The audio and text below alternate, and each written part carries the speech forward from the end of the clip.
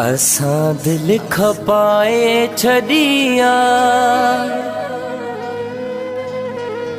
असां जो बयानो वतल आ।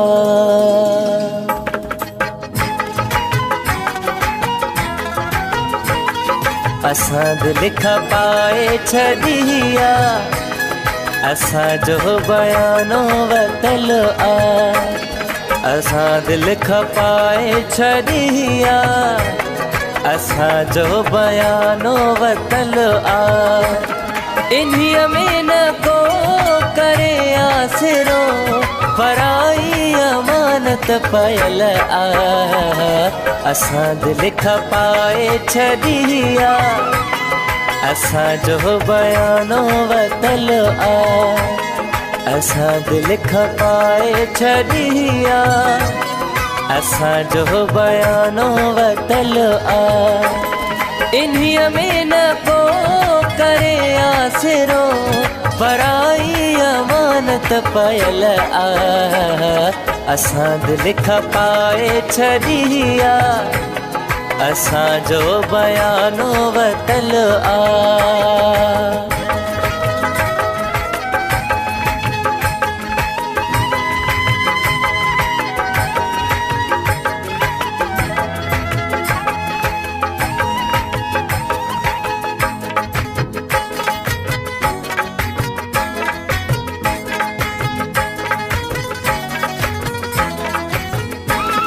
असां तोड़े मिसकीन माण्हू मगर फिरणा गिरणा न आहियूं।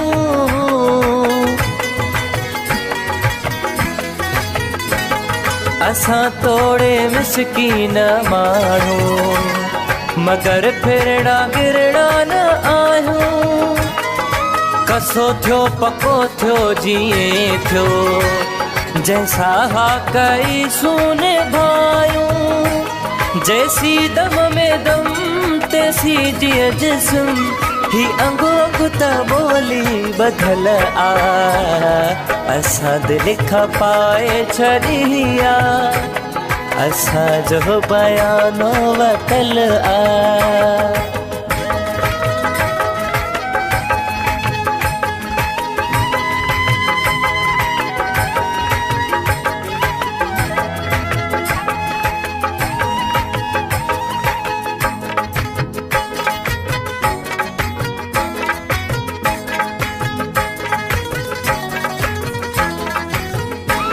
कॾहिं न कॾहिं नेठे ईंदो पंहिंजी शइ जो मालिक त थींदो।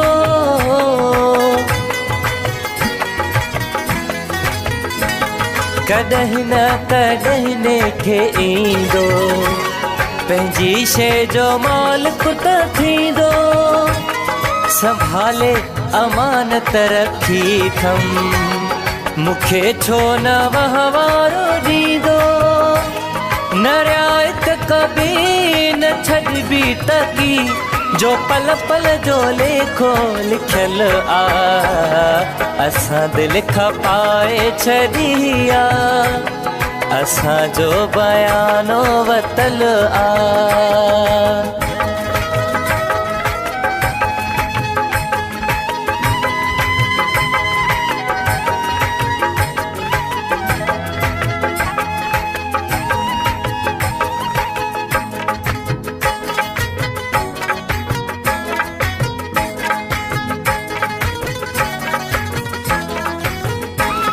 इहो थे थो उलकोट वाई मरण खां अॻे शल अची पए।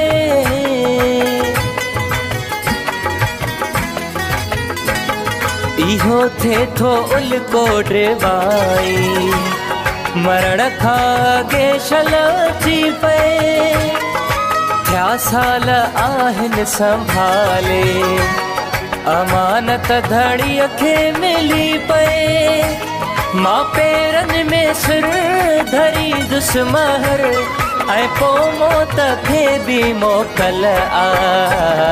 असां दिल खपाए छॾिया असां जो बयानो वतल आ।